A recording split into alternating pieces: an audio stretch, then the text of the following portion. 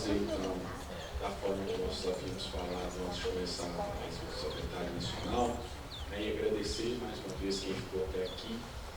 E só abrindo um parênteses para vocês entenderem qual era a nossa concepção quando nós montamos o encontro, era que nesse encontro fosse debatido diversas vertentes culturais aliadas ao organograma administrativo da Fundação Cultural. Nós pensamos em estar trazendo pessoas aqui ligadas ao patrimônio histórico, à questão das políticas de igualdade racial e de preservação das religiões de matriz africana e outros povos. Nós pensamos nas políticas aliadas, a política de cultura aliada à educação, as políticas de cultura desenvolvida por mulheres, a questão do preconceito institucional, que nós somos servidores da Fundação, a gente sabe que a gente sofre com isso, né? A ideia inicial era essa. Então, às vezes, algumas pessoas questionaram o número grande de eixos temáticos, né? Para que nós pudéssemos discutir todas essas situações e, no final, elaborarmos um documento com algumas propostas nesse sentido. Mas, mais uma vez, agradecer quem ficou aqui até agora e eu gostaria de convidar, então, desculpa, Alberto, esqueci de falar da segurança pública também, e muito importante também, políticas culturais voltadas para a área de segurança pública. Então, eu vou convidar os mediadores a agradecer mais uma vez a presença de vocês que permaneceram aqui até agora, para que a gente faça uma roda de conversa aqui de 5 minutos, cada um expor dentro daquilo que foi proposto inicialmente, não só para que todos tenham conhecimento interlocutório entre os assuntos, mas para que a gente possa fechar também a nossa ideia inicial. Tá bom? Eu queria convidar aqui a Cláudia, gestora do TEU, para que possa tomar seu assento, a professora Roberta, a Juliana Lazzarini também, que estava previsto, a doutora Ivana Nivaldetti, a professora Carmen Amâncio, que já nos comunicou que tem um compromisso daqui a pouco, mas pode fazer o uso da palavra primeiramente, Carmen. Oi? Desculpem. A professora Regina Basílio. Desculpa, Regina. Cansaço. Doutor João, tem bondade. Eu olhei para uma e falei o nome da outra, gente. Me perdoe. Bia. Tem mais professor Gustavo. Camila.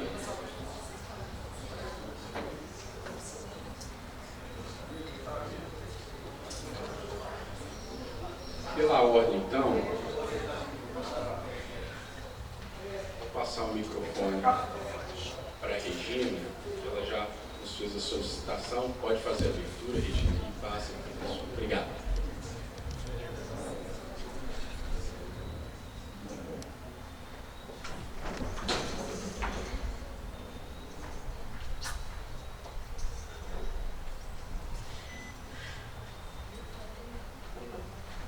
Boa tarde, gente. Que responsabilidade, né? De iniciar aqui. Mas a gente vai fazer assim, ó. Faz de conta que ainda é cedo. Tudo vai ficar por conta da emoção. Faz de conta que ainda é cedo. E deixa falar a voz do coração.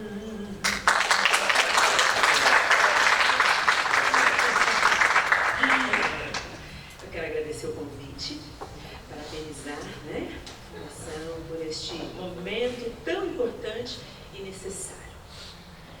A cultura faz parte da nossa vida de diferentes maneiras.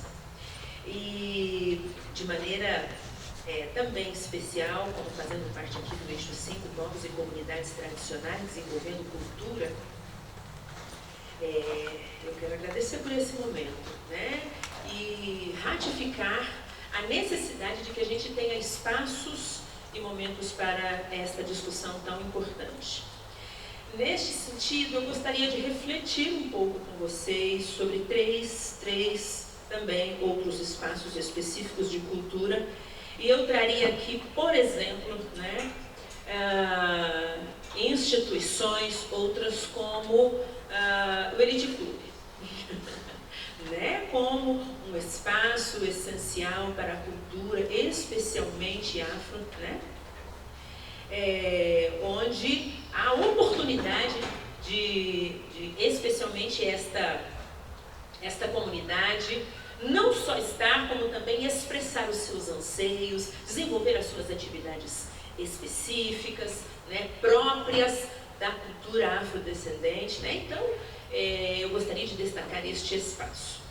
Mas um outro espaço que eu gostaria de destacar também é o ICFavor, Instituto Cultural e Familiar Vovó Regina, que é também um outro espaço, um outro grupo que tem desenvolvido um trabalho interessantíssimo. O último evento que nós demos publicidade foi a apresentação de um teatro que trazia toda a história da cultura afrodescendente vinda para o Brasil, né?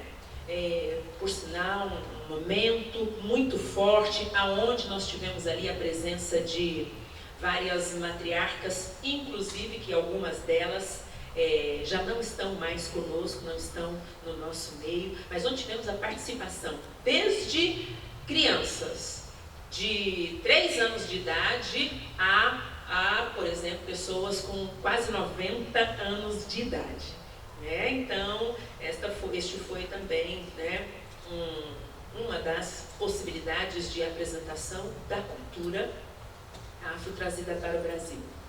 E eu gostaria também de salientar aqui, né, um espaço que é a igreja, né? Eu estou falando igreja de um modo geral, enquanto instituição, que também atua de maneira muito interessante e forte na cultura, trazendo aí, resgatando muitas pessoas de uma condição deplorável de vida para uma condição, um convívio social salutar, importante, interessante. Eu gostaria então de deixar registrado como em destaque estes três espaços, né?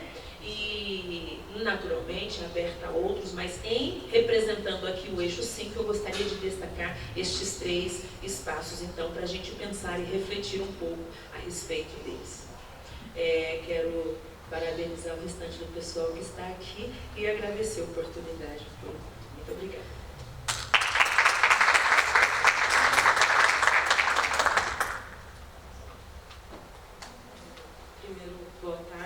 Agradecer essa oportunidade de poder debater questões tão pertinentes à nossa cidade e o reconhecimento da cultura. Eu estou no eixo 10, preservação do patrimônio histórico e responsabilidade administrativa aliada à cultura. Eu queria trazer algumas questões que eu acho que são essenciais, principalmente olhando para a nossa realidade de Uberaba. Patrimônio, na verdade, até histórico, mas patrimônio cultural, ele engloba, né, desde manifestações artísticas até o patrimônio material, que geralmente é o que, tradicionalmente, na história do IFAM, é o que foi sendo destaque até a Constituição de 88, quando o termo é ampliado. E uma questão que eu queria deixar aqui, né, nessa discussão rápida, é sobre o envolvimento da comunidade dentro do patrimônio cultural. Nós tivemos esse mesma pauta do Conselho de Patrimônio, que, né, com várias demolições sugeridas, né, que o Conselho foi deliberar, e eu acho que isso é um reflexo das nossas políticas de preservação e como elas não, né, dialogam com os detentores desse patrimônio que é a comunidade. O professor Gustavo, ele desenvolve atividade de educação patrimonial, que eu acho que essa é a base, né, do entendimento do patrimônio cultural da cidade.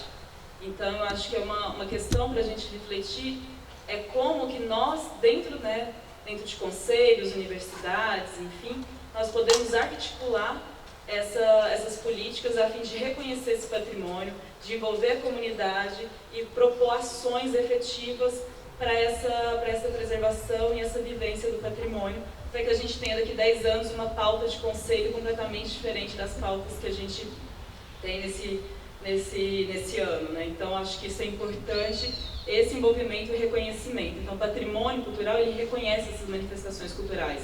Então, é um ponto importante aí que nós temos garantidos em lei para reconhecer, né, várias manifestações, vários espaços, vários lugares representativos da nossa sociedade.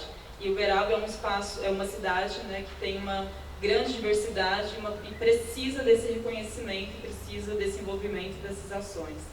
Eu acho que a reflexão que eu quero deixar é essa, como a gente pode desenvolver políticas, desenvolver comunidade, ações, educação patrimonial, enfim, né? Acho que é isso, agradeço essa oportunidade.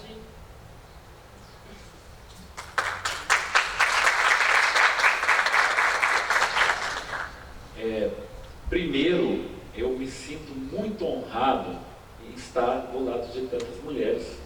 Então, acho que o principal, eu me senti honrado aqui junto com vocês. Em nome da IA Motumbá, eu cumprimento todos vocês. Vamos lá, o meu eixo é o 6, Juventude e Empoderamento Cultural.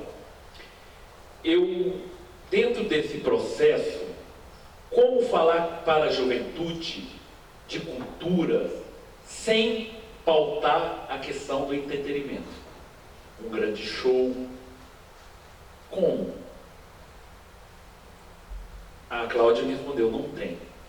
Aí dessa forma, eu junto com a minha equipe, a equipe lá da seção de patrimônio, a gente percebeu que tem que trazer junto deles aquilo que eles mais gostam, envolver esse processo cultural, mas não da forma de entretenimento, mas que eles façam esse joguete duplo. E aí, a Camila pontuou aqui a questão da educação patrimonial, é onde eu ia mais pontuar nesse eixo, de levar, mesmo que seja no termo patrimônio, mesmo que seja uma coisa mais técnica, mas levar a cultura na sua essência para o jovem. A cultura no seu desenvolvimento essencial de fomento, de difusão, na produção daquilo que ele tem e propriamente dito a cidade de Uberaba. Entenderam? E aí eu contei muito com o apoio e no começo de fazer essa reformulação, de levar para a juventude, levar para os jovens do ensino médio, do ensino fundamental, a cultura, o patrimônio material, o patrimônio cultural em si, é a remodelação. E tudo isso, professora, através da música. A música. Os orixás me deram um dom de saber um pouquinho de música. E aí as pessoas foram aglutinando, e jovem é assim. Jovem é assim. Jovem pega e se identifica e vai juntando, e daí forma aquele processo todo. E comigo juntou pessoas boas, que foi o maestro Lucas, ali o Toy, que é uma figura mais importante de difusão cultural do que para a juventude em si, que a Batalha do Calçadão, igual o Toy fala, a ocupação do espaço público, com rimas, com conscientização. Então a juventude precisa disso, mas também aliado àquilo que eles gostam também. Não adianta eu chegar lá na sala de aula, é processo de cultura, a cultura, né? E se você não mexer e não mostrar para eles aquilo que está mais próximo, que é a produção, a difusão e o fomento à cultura. Era nesse sentido que eu queria mostrar para vocês. Essa energia que eu tenho que fiquei de pé, e que isso perpassa e vai muito mais além e que afeta esses jovens que até pouco tempo eu escutei de uma professora dentro das salas professores que são todos perdidos. Mas tem aquela chaminha que para mim é uma chama enorme. Muito obrigado, gente.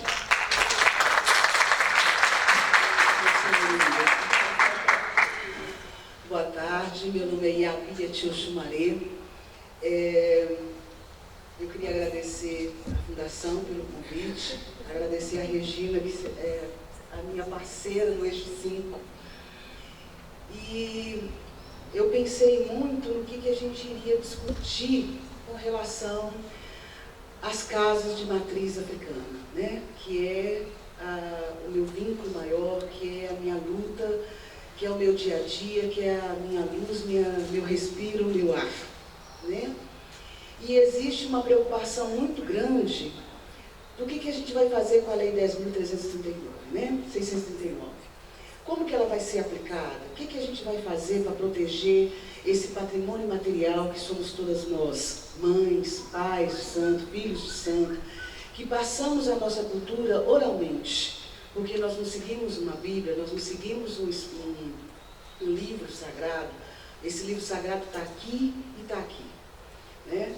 Então eu andei pontuando algumas coisas que é o que a gente iria discutir no nosso eixo, que é a preservação e conservação desse espaço de cultura. Cada casa de candomblé, cada casa de umbanda, cada casa espírita é um quilombo urbano.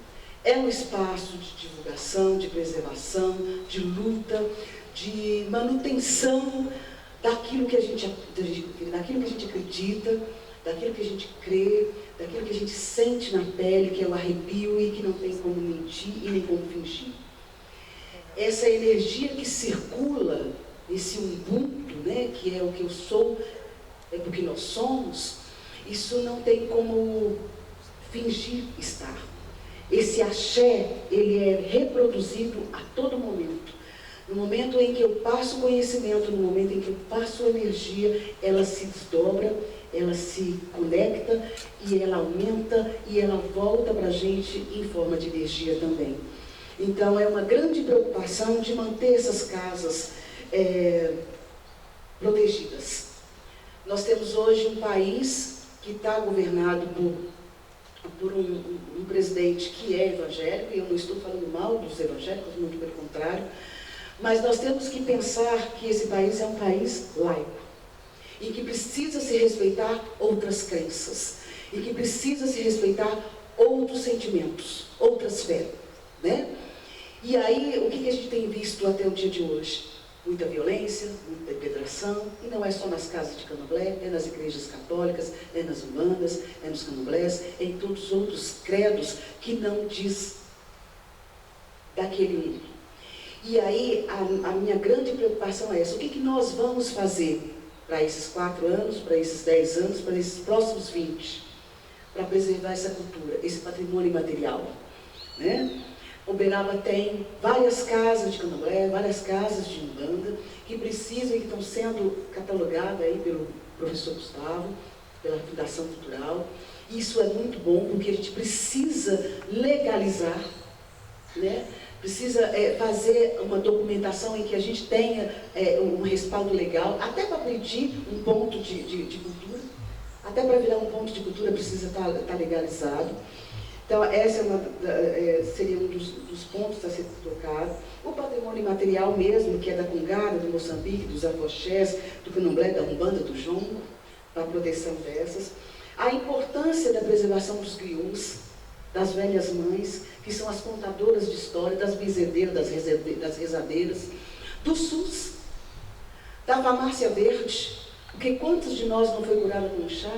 Em vez de tomar dipirona, sair correndo para a UPA, não, a vovó fazia um chá, fazia um cataplasma, eu vou colocar uma folhinha na sua cabeça, daqui a pouco a sua dor de cabeça vai passar.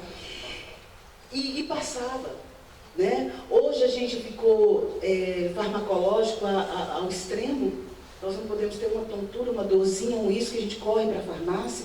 Antes a gente corria para o colo da avó, que fazia um chá, que fazia uma amarração, e a gente melhorava. Então, essa cultura é uma cultura que precisa ser preservada, mas ela precisa ser preservada por nós, que pensamos, que vamos atrás. Parece ser poucas pessoas que estão aqui, mas são as poucas pessoas interessadas em fazer alguma coisa para manter o que nós temos de pé. Né? Nós não somos poucos. Além dos que estão aqui, na minha fé, ainda tem um tanto na espiritualidade nos apoiando, nos ajudando. Então, Outra coisa que eu penso que a gente tem que discutir é o espaço de culto para essas casas, o espaço de culto na natureza, já que o candomblé, já que a Umbanda cultua a natureza.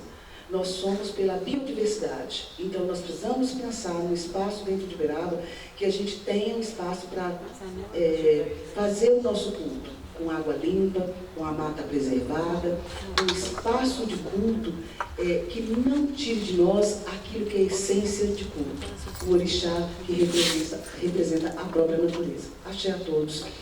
Olojô, Olima, Ojuba, Babamim. Isso quer dizer, ao Senhor desse dia eu peço a bênção. Axé a todos.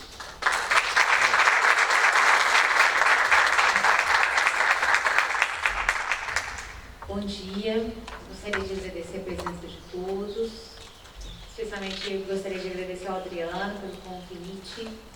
Eu preparei todo o material e é um desafio agora falar assim, rapidinho, mas a mensagem que eu queria refletir. Então, eu sou a Roberta, eu sou advogada, eu sou professora, mas eu estou aqui, né, Adriano, acho que como presidente do Conselho da Comunidade de Execução Penal, que é um conselho novo, que foi criado em outubro pela Vara de Execução Criminal. E a nossa finalidade é ir ao presídio, verificar os problemas e vir aqui fora, né, tanto na iniciativa pública e privada, e buscar ajuda para a solução ou soluções dos vários problemas que nós temos lá dentro. E a primeira reflexão que eu queria começar fazendo é, o Adriano ressaltou, por que poucas pessoas aqui hoje? Né? Eu acho que nós estamos aqui hoje vivendo um reflexo do que a nossa sociedade é. Nós investimos muito no ter, mas não investimos no ser. E eu acho que a cultura é investimento no ser. Né? Então, acho que hoje nós estamos vivenciando o que é a nossa sociedade. Né? E cultura é o engrandecimento, é o alimento da alma, é o investimento do ser, né? E eu acredito que é pela cultura que faremos as grandes transformações pessoais. E como diz o Carlos Drummond de Andrade, ele fala que amar se aprende amando. Cultura também se aprende fazendo cultura. Eu trouxe uma frase de uma autora que ela fala o seguinte, que não se trata mais do que podemos fazer pela cultura, mas do que a cultura pode fazer por nós. Eu acho que nesse momento a gente deveria estar buscando a cultura para isso, quer dizer, o que a cultura pode fazer por nós nesse momento de desespero social em que todos nós estamos vivenciando.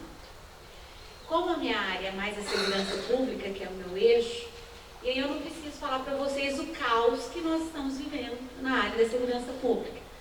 De 2000 a 2015, o Brasil matou homicídios, não é suicídio não, homicídios, quase 800 mil pessoas. No Brasil, nós matamos mais do que a guerra do Iraque, nós matamos mais do que a guerra da Síria, nós matamos mais do que os atentados terroristas. Nós já matamos uma população equiparada a Frankfurt, Sevilha, João Pessoa, Maceió, nós já matamos. Então nós temos hoje uma cultura da violência. Paralelamente nós temos uma cultura do encarceramento. No Brasil, hoje o Brasil tem a terceira maior população carcerária do mundo. Nós estamos atrás da China e dos Estados Unidos. Nós já ganhamos da Rússia. E um sistema falido. Um sistema absolutamente falido que não recupera. Que não restabelece as pessoas para voltar para o convívio social. Nós temos em Uberaba uma penitenciária com 1.600 presos, com capacidade para 600. Com a escola municipal que funciona lá dentro fechada por 6 meses, sem trabalho, sem educação e sem cultura, como é que eu posso mudar um país? Como é que eu posso mudar as pessoas? A proposta da pena privativa de liberdade é ressocializar as pessoas. Mas como é que eu posso ressocializar alguém que ainda nem foi socializado? como você apontou, da política em relação aos jovens, né? Se eu não tenho um jovem que está acostumado com a cultura, que vivencia a cultura, o que eu vou esperar? Então, na verdade, enfim, nós trouxemos um monte de coisa aqui, mas a minha proposta é levar ao presídio a cultura. Levar ao presídio espaços de vivenciar a cultura, para que nós possamos proporcionar aos detentos, pela cultura, a oportunidade de realizar escolhas diferentes do cárcere.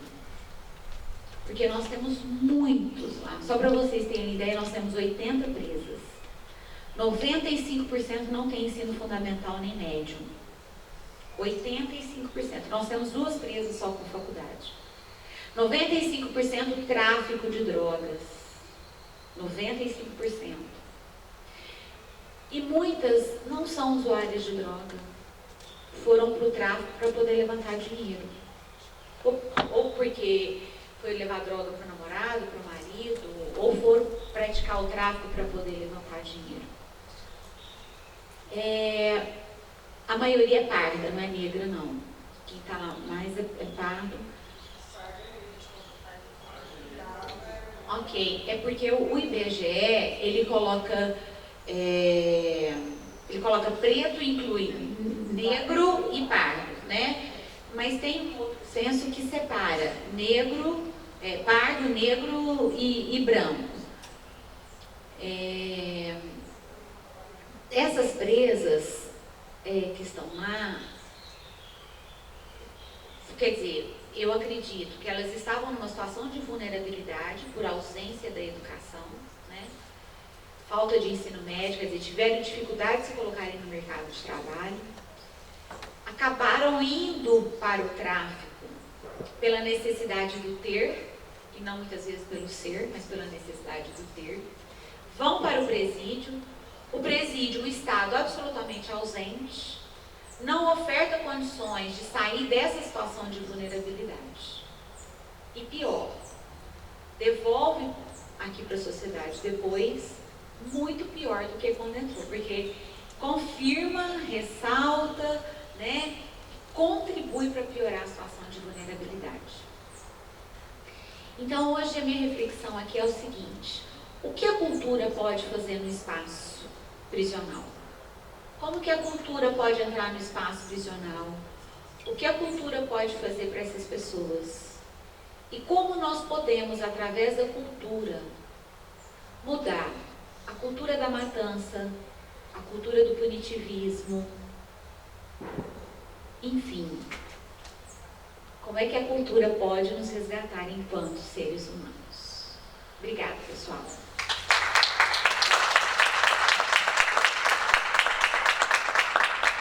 Bom dia, meu nome é Ivanda, sou advogada, né?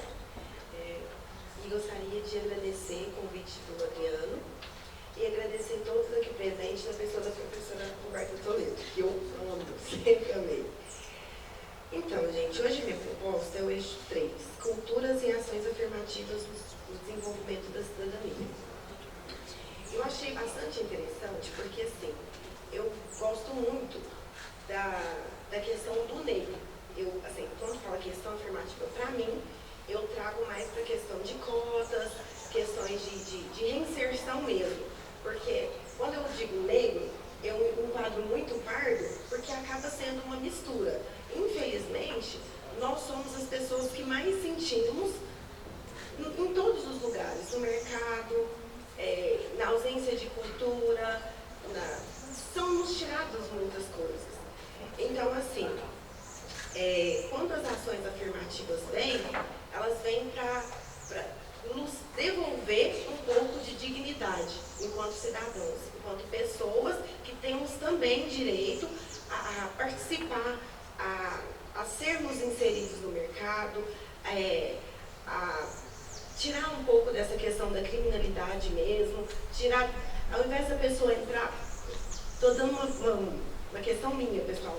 Eu tenho um escritório ali no centro, a pessoa entra no meu escritório e pega, ela sabendo que Ivanda sou eu, pergunta, você é advogada? Eu olho para a pessoa, hoje eu trato com mais naturalidade, mas antigamente eu olhava para um lado, para o outro e é o que tem. Infelizmente, sou eu. Então, quer dizer, a pessoa olha para você enquanto pessoa negra e desacredita da sua capacidade, exatamente por você ser negro.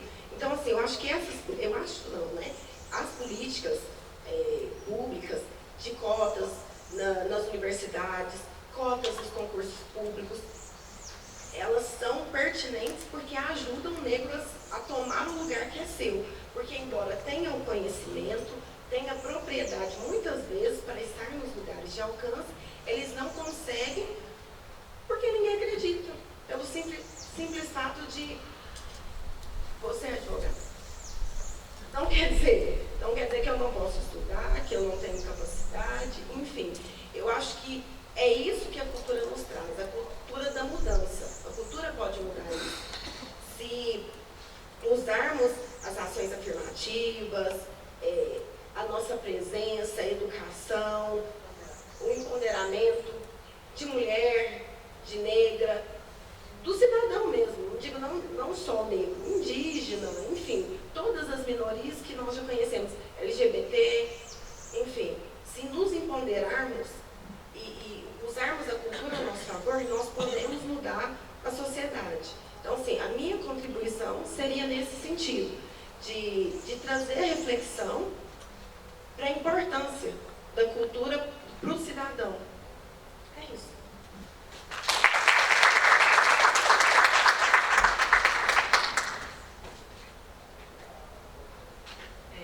Queria primeiro agradecer a Ivanda e pedir a permissão para depois dessa fala, né, poder dar continuidade ao tema, porque eu vim justamente para falar sobre o papel da mulher na cultura e, enfim, a gente sabe como a mulher negra, ela sofre e não tem esse amparo, né? Eu não posso falar em seu nome, mas fico aqui agradecida pela sua fala. Meu trabalho, quem me conhece sabe que sou jornalista, escrevo sobre a questão da mulher, sou poeta e escrevo também sobre a questão da mulher, uso a poesia para falar sobre a violência que a mulher sofre. Estou com a Roberta no presídio, a gente vai começar um trabalho usando justamente a poesia para poder dar uma oportunidade a essas mulheres conseguirem ressignificar sua existência, e trabalho atendendo mulheres em situação de violência, onde muitas das vezes a arte, a cultura é um instrumento para conseguir sensibilizar aquela mulher no momento que ela está com muita dor e que precisa de um acolhimento. E esse trabalho, nas suas diversas vertentes, ele permeia várias áreas. Permeia a cultura, permeia a psicologia, que a gente estava com a professora, eu tive a honra de ser aluna dela no curso de psicologia também. Perpassa a área de segurança pública, porque a questão da mulher, né, quando acontecem violências, a gente se depara com esse crescimento da violência contra a mulher e uma necessidade de agir. Só que quando a gente fala sobre o papel da mulher na cultura, a gente sabe que o entendimento que se tem de cultura, ele vai variar de pessoa para pessoa. Algumas pessoas vão entender cultura como, por exemplo, a cultura do consumo, a cultura da mídia, a cultura de uma determinada ciência. A cultura pode ser também uma pessoa que tem formação, educação, pode ser a cultura tradicional, as tradições culturais, enfim, a cultura tem diversas vertentes de interpretação do que é cultura. A priori, a gente não pode esquecer disso. No entanto, a cultura ela não pode ser um setor estanque dentro de um governo, né? Então, você tem uma instituição que cuida da cultura e ela, muitas das vezes, os gestores que são acima não compreendem a importância da cultura, como ela permeia todas as áreas, né? Como ela permeia a segurança pública, como ela permeia a questão do patrimônio, enfim, como ela permeia a questão da religião, a questão da mulher, a questão do negro e a questão da economia também, né? A cultura é um excelente instrumento para a geração de renda. E eu comentei isso agora porque recentemente fechamos uma parceria com o Sebrae. A Carol está comigo em muitos dos projetos, né, Carol? Tanto cantando no presídio, né, levando a sua voz no presídio, como contribuindo com as ideias e com as parcerias, justamente para trazer a geração de renda para mulheres em situação de violência e fazendo uso justamente disso, né? O que muitas delas já trazem como demanda, né? O artesanato, a culinária, quer dizer, essa cultura que permeia a nossa existência e que está aqui, né? A gente tem uma tradição da culinária, por exemplo, né? E que muitas dessas mulheres, se tiverem apenas uma ajuda, podem gerar renda e conseguir sair de uma situação de violência através da cultura. A gente tem uma série de iniciativas que podem ser tomadas para conseguir fazer com que essa mulher que está, enfim, à parte da sociedade, e que se a gente olha, né, a mulher, ela constrói a cultura, né, passando o conhecimento de geração em geração, ela constrói a cultura cantando para os seus filhos, ela constrói a cultura nas manifestações religiosas, mas, no entanto, o reconhecimento enquanto artistas na história da humanidade foi sempre vilipendiado, né? A gente tem, era isso que eu ia falar, tá? Eu ia trazer para vocês, se eu tivesse mais tempo, uma série de artistas que, ao longo da história, até a contemporaneidade, foram deixadas em segundo plano, muitas das vezes, inclusive, tendo suas obras sendo atribuídas aos seus companheiros, né? Então, invisibilizadas enquanto produtoras de arte, enquanto produtoras de cultura. Isso é uma coisa que nós não podemos mais permitir. Em 2017, eu tive a honra de ter a Carol também comigo, promovendo um festival de música autoral aqui em Uberaba, chamado Sonora, que a ideia era justamente incentivar a produção de música autoral por mulheres, né? Então, esses tipos de produção muito simples, né, que a Carol fez com muita excelência, muito profissionalismo, mas que já traz algum fruto, e a gente percebe, né, o fruto desse trabalho, mas que bom seria se isso pudesse ser feito, né, em larga escala, e com investimento, né, e com interesse. É isso, gente. Obrigada, viu?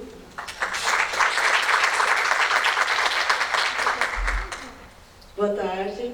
Eu quero começar agradecendo a Fundação pelo convite. Eu sou Cláudia Moraes, eu sou gestora cultural, violeira, artesã. Estou usando uma peça de crochê que eu fiz, né? Acho que o momento era oportuno, fiz o cuidado de vir também trazendo alguma peça de artesanato. Eu trabalho com música desde sempre, desde os 6 anos de idade, eu tenho 48, e tenho uma empresa de consultoria desde 2008. Nessa empresa de consultoria, a gente desenvolve vários trabalhos ligados ao setor cultural, à gestão pública, à gestão de fundação, ONGs.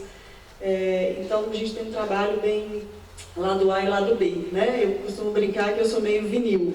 O lado A é a musicista e o lado B é a gestora cultural. A minha participação seria no eixo 1. O eixo 1, eu deveria tratar com vocês sobre cultura, aliada ao trabalho, o desenvolvimento econômico, social e cultural. É um eixo bem extenso e eu tinha preparado 22 lâminas para me orientar nessa fala, e eu gostaria de focar em 2 pontos. Que aqui já foi dito, né, bastante coisa a respeito da cultura, como ferramenta para o desenvolvimento social, aliada às culturas populares, a defesa do patrimônio, a questão da educação patrimonial, né, dentro da sala de aula, o uso da cultura para a dignidade, para a cidadania, para posicionar a mulher enquanto esse nicho, né, que a gente sempre ficou, na maioria das manifestações culturais populares, por exemplo, a mulher sempre teve um papel de segundo plano, né? E eu sou violeira. Hoje a gente está à frente disso. Eu fui coordenadora de uma orquestra de viola, eu era a única mulher que coordenava a orquestra de viola um tempo atrás. Eu sempre toquei instrumentos de corda. Mulher não foi feita para tocar instrumento de corda, para bordar, tocar piano e casar, né? Então, a minha história é pautada assim. E eu sempre fui meio atrevida, né, de gostar das coisas que não eram para mulheres. E, enfim, eu queria resumir a minha fala nessa questão da cultura aliada ao trabalho, desenvolvimento econômico, social e cultural. Eu acho que a gente tem que passar por 3 caminhos. O primeiro é a formação profissional do setor cultural. Nós precisamos nos empoderar por meio do conhecimento, né? Nós temos que nos tornar gestores culturais. Eu sou gestora cultural desde quando essa palavra nem existia, por uma simples questão de necessidade, de não ter quem faz. Então eu comecei a estudar esse outro lado, né, que vem paralelo ao lado da musicista, da artista, da artesã. Então eu comecei a estudar, e o que me levou a essa outra profissão que hoje é o meu sustento, que é a consultoria com gestão cultural e gestão pública. Eu acho que a profissionalização é o primeiro caminho de todos os setores, de todo mundo. Claro, não atingindo a questão da essência do fazer cultural, mas a gente aprender a usar as ferramentas de gestão cultural que aí estão, para que a gente possa usufruir dos mecanismos de incentivo. O incentivo público, os programas de governo, né, tanto municipal, estadual e federal, de incentivo público, eu acho que seria o segundo ponto que eu gostaria de tocar. E aí a gente pode falar de fundo a fundo, como o Gustavo disse aqui, que eles estão tramitando essa lei, que já está lá desde 2010, na verdade. Não, o outro Gustavo, né, você? De fundo a fundo, né, esse repasse de fundo a fundo para governo, que eu acho que elimina uma série de burocracias. Os programas municipais de incentivo à cultura, seja ele via fundo, seja ele com fundo e lei de incentivo, eu acho que isso consegue viabilizar uma série de coisas, porque a fala... teve alguém na plateia hoje que teve uma fala muito pontual. O governo não faz cultura. Quem faz cultura é a sociedade civil. E eu costumo falar sempre, o governo passa. Né? A gente fica fazendo cultura. Nós somos a cultura. Nós estamos na cultura. Né? A sociedade é cultural, ela é assim por nascença. Todo o nosso fazer é cultural. Então eu acho que os programas de governo seria a minha segunda fala em pontuar essas situações. E uma outra, paralela aos programas de governo, que eu acho que nós estamos aprendendo a fazer, reaprendendo a fazer, porque lá no começo da humanidade, a troca já era a nossa primeira moeda. Eu acho que agora a gente está aprendendo de novo a trabalhar coletivamente, né? Trabalhar com as trocas, as parcerias, a ajuda mútua. Eu acho que a palavra Ubuntu ali eu arrepiei quando você disse, eu acho que é essa a palavra da vez. E eu quero fechar minha fala, porque assim, infelizmente a gente não vai ter nem como falar dessas formas de financiamento. Eu estive em 2002 num seminário na Vila Mariana, no SESC da Vila Mariana, e eu saí de lá muito impactada com a fala de uma pessoa, e eu coloquei ela aqui no final do meu slide, eu queria ler para vocês. Eu acho que ela fecha bem a nossa situação, o nosso momento. É de um cara chamado Edgar Morin. Foi uma conferência sobre educação e cultura em 2002. Olha quantos anos atrás. E ele disse o seguinte, ele terminou a palestra dele de 2 horas, e todo mundo assim estarrecido, com a seguinte fala: reformar a vida, o eu, a cultura, é nossa tarefa. Deixa eu virar aqui.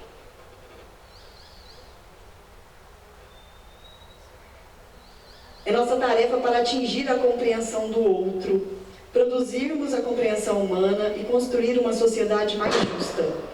A paixão, o amor, a inteligência, expressos através das nossas criações culturais, são a única possibilidade que temos para distanciarmos-nos da barbárie da qual parecemos caminhar.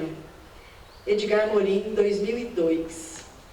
Eu queria fechar com essa fala. Eu acho que nós temos todas as ferramentas para fazer diferente.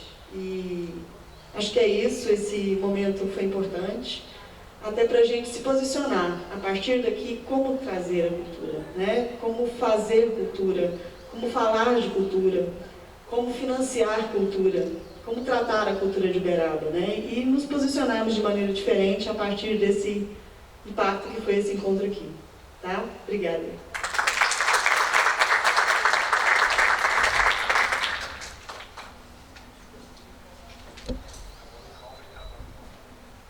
acabei com o monopólio do Gustavo.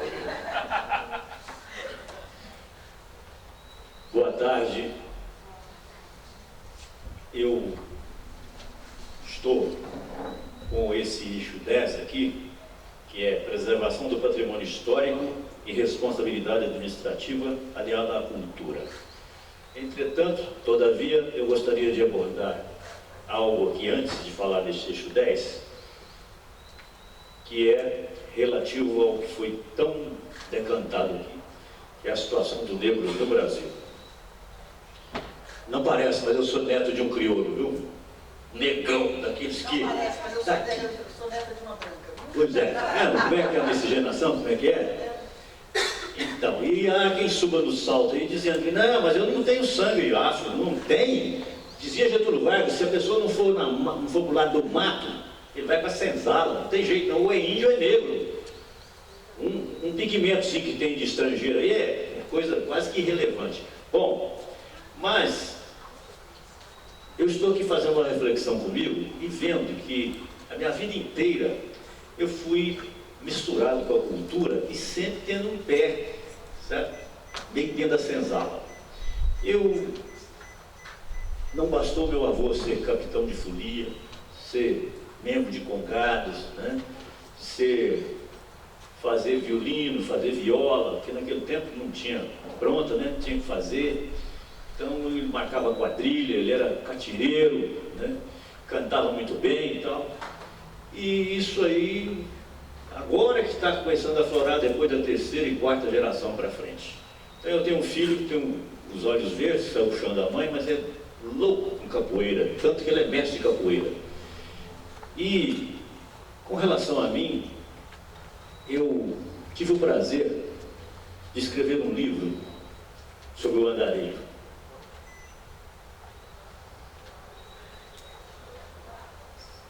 Livro esse que simplesmente modificou a minha vida.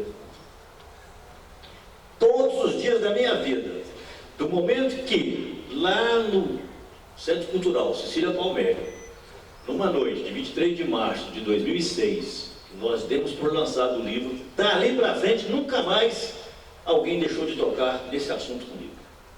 Às vezes ele está à noite, já vai ficando à noite e fala, ninguém tocou nesse assunto. Aí eu olho na televisão, uma reportagem sobre ele, pronto, acabou, já falou. Minha gente, e aí não ficou só nisso. De repente veio uma homenagem que nós fizemos para o seu ídolo, Tião Carreiro, né? Na praça. Bom, você deve ser violeira clássica então, né? Porque ele é o homem-rei do pagode, né? Então, Tião Carreiro é loiro? O cabelo dele cai na testa? Não. Pois é.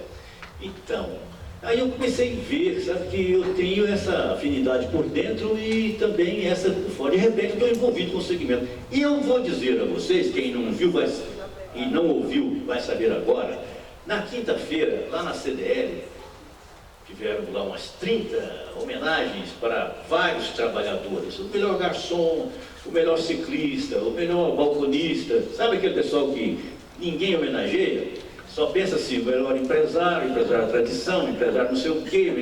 Não, lá estava exatamente quem pega para fazer. Minha gente, a emoção foi ao máximo naquele dia. Eu perguntei para a jornalista Dri Tavares, responsável pelo evento, você colocou o resgate aí fora, ou então o SAMU, qualquer coisa? Ela falou assim, não. Eu falei, pois é, a hora que chegar a minha vez, eu não sei o que vai acontecer. Eu vi um cidadão ser aplaudido de pé, assim, estrondosamente, flagorosamente. Esse moço trabalha 55 anos no mercado municipal, como entregador autônomo, não tem um patrão, não tem férias, não tem fundo de garantia, não tem 13º. Há 55 anos fazendo entrega numa bicicleta. Esse moço que foi à frente do palco e aconteceu isso que eu falei para vocês. É o nosso querido amigo, senhor Benedito Sebastião de Souza Coelho, o Pelé do mercado. Que cor que é o Pelé? E eu perguntei para ele, Pelé, o que é preconceito para você? Ele disse para mim, isso está dentro de cada um. Olha só, hein? Está dentro de cada um. Ele não tem muita leitura. Ele é uma pessoa super inteligente, mas ele passou de quarto ano primário. Peraí, então o que você acha que existe? Para você é o seguinte, nós, da nossa cor, nós temos que trabalhar mais, ser mais capazes e, sobretudo, com muita honestidade e responsabilidade no que nós fazemos. Porque aí, é isso aí que o senhor está vendo aí, que estão fazendo comigo. Então, minha gente, alguém olha para mim e fala assim, que filho de negro o quê, rapaz? Esse cara, você é filho da puta. Filho de negro não, você é filho do cão. Não, eu sou, a minha mãe tinha filho de preta, será por quê? E o cabelo dela também caía na testa? Não, ele era bem moreno. E eu tenho um irmão que, se colocar perto de mim, vocês vão achar que ele não é irmão. Mas tem um outro também, que é claro, vocês vão achar que não é. De forma, minha gente, que nós precisamos brigar muito. A luta não está nem, está pouco depois do começo. Nós temos que lutar sim, ocupar os nossos espaços, entendeu? E eu, quando posso, eu dou espaço para o meu irmão afrodescendente. Dentro da Academia de Letras do Triângulo Mineiro, tem um acadêmico, ele mora lá em Conquista, Dimas da Cruz Oliveira, fala 7 idiomas, 7. Em 57 anos de academia, ele é o único negro que ocupou uma vaga lá dentro. Mas ele ocupa de uma forma tão respeitosa que o pessoal fica assim surpreendido, porque ele vai longe com as coisas. Sabe o que é isso aqui? O presidente Antônio Carlos me autorizou que eu falasse sobre isso aqui. Isso aqui são 2 injeções que eu ganhei na veia. Uma quando eu estava escrevendo o livro Andarilho, e a outra depois que eu descobri que no mapa da cidade de Uberaba existe o desenho de uma ave, que ousamos em chamar a Pomba da Paz de Uberaba. Quando eu estava escrevendo o livro, o Andarilho, o querido irmão, não está aqui escrito, por isso que eu vesti a camisa, viu, Aldo? Todo lugar onde eu vou, visto a camisa do lugar. Aldo Roberto da Silva, ele foi até meu escritório e levou esse CD aqui. Isso aqui são funks do Rio de Janeiro, das comunidades. Tem uma música sobre a paz aqui, feita pelos meninos, uma coisa fantástica. O Aldo foi levar para mim, falou, isso aqui é para você ver o que é que você descobriu que tem no mapa da cidade. Isso não é seu, isso é do mundo. Então, fez comigo lá uma pré-eleição no meu escritório, que eu chorei muito, fiquei emocionado demais. Agora, esse outro CD aqui, fala de um andarilho chutando latas pela rua. Uma música linda demais da conta. Um filho abastado, que nasceu num berço de ouro, mas que na vida teve alguns desvios e encontrou a rua. Então o Aldo foi levar isso para mim lá. De forma que é um ícone da nossa cultura. Eu parabenizo a Fundação Cultural por ter lembrado dele, porque realmente é um imortal. O trabalho de Aldo Roberto vai ficar para sempre. Por enquanto ainda não eclodiu, mas começou agora com o gesto da Fundação Cultural, começou agora, porque é assim, vocês sabem que os astros são assim mesmo, eles demoram, mas depois ficam para sempre. Eu convido a todos para o lançamento de 2 obras na sexta-feira próxima, lá na Cecília Palmério, e vai ser um neto e uma bisneta do nosso maior ícone em história de Uberaba. Ele é neto e ela é bisneta de Hildebrando Pontes. Então vocês estão todos convidados. Com relação ao eixo 10, eu vou terminar a minha manifestação, porque eu sei que está todo mundo com fome, nem tanto, né, porque já comemos ali, mas precisamos ir embora, afinal de contas. Essa preservação do patrimônio histórico, isso é uma paixão que eu carrego atravessada na goela. Vocês não têm ideia, porque eu já vi, sabe, de consideração de gente boa. Você fala assim, não é possível que eu estou ouvindo dessa pessoa. Não, essa história de você ficar querendo preservar prédio antigo, isso é problema, isso não dá camisa para ninguém, não, e tal. Esse dia mesmo eu li uma manifestação no jornal de uma pessoa que eu não esperava que falasse aquilo. Falou, não, dá trabalho para o proprietário, nós temos que rever essa história de passado, de preservar essas coisas. Muito bem.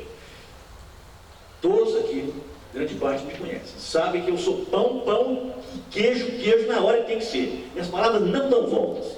Então, Sua Excelência, o senhor prefeito municipal, Paulo Piau e a dona Heloísa, estiveram o ano passado na Academia de Letras e proferiram lá. Pela primeira vez na história da academia, um prefeito foi até a instituição fazer uma palestra.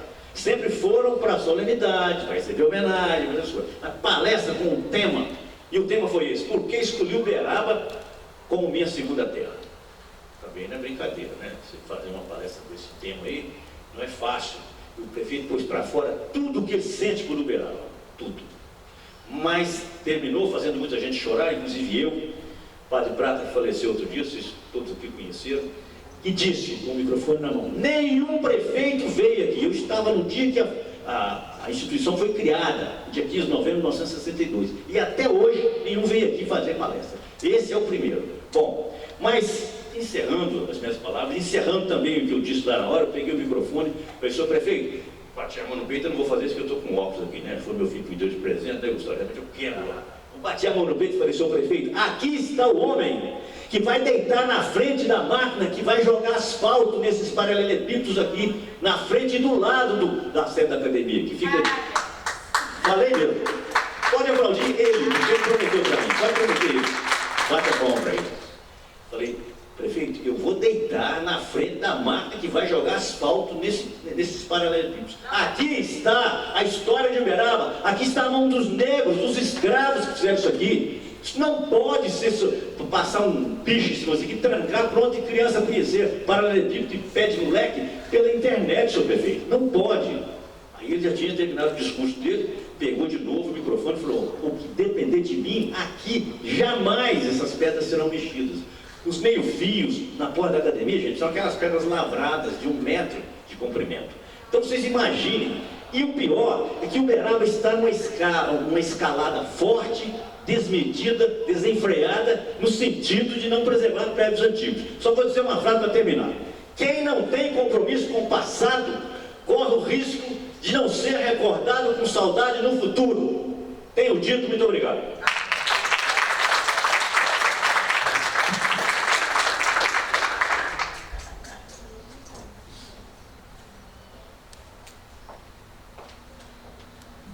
Pessoal, mais uma vez agradecer a presença de todos, agradecer a todos os mediadores pelas suas palavras nesses 5 minutos que a gente interagiu por aqui. Gostaria de convidar o professor Antônio Carlos para estar fazendo aqui o uso da palavra, para a gente estar terminando, professor. Dizer para vocês, quando o professor se dirige para cá também, na convocação do nosso encontro estava previsto que nós faríamos a realização da eleição do novo Conselho de Cultura. Fica como sugestão aqui, professor, que nós conversamos, fizemos a eleição do Conselho passado no modelo de fóruns setoriais separados. A ideia era que hoje, com um contingente maior de pessoas interessadas, nós pudéssemos estar fazendo a recomposição do novo Conselho. Mas como isso não foi atingido, então nós vamos tentar novamente, através do modelo de fórum, né? Nós temos o cadastro de todos vocês, a gente vai estabelecer um calendário futuramente junto com o Departamento de Cultura para a gente estar fazendo esse fórum lá na sede da Fundação Cultural. Bem, passar a palavra para o professor Antônio Carlos. Obrigado. Boa tarde a todos. Gostaria de agradecer a vocês pelo carinho, pela dedicação de vocês. Eu sei que hoje é sábado, deveria estar em casa, com outros afazeres, e é muito importante vocês estarem conosco aqui. De coração, muito obrigado. Gostaria de agradecer também a plateia, né, que está até agora, quase uma hora, conosco aqui. Agradecer também a todos os funcionários da Fundação Cultural que trabalharam intensamente para que esse evento acontecesse a contento, né? E agradecer ao Adriano, né, que foi o mentor, né, que assumiu aí a questão da liderança, e dizer para vocês o seguinte: a gente fica um pouco frustrado porque a gente esperava a participação dos artistas da cidade, né? Geralmente aqueles que nos picham, aqueles que nos cobram, e esse pessoal não está aqui, infelizmente. Mas a Fundação cumpriu o seu papel, né? Fizemos a nossa parte. Então, meu muito obrigado, boa tarde a todos. Está encerrado aí o nosso evento de hoje.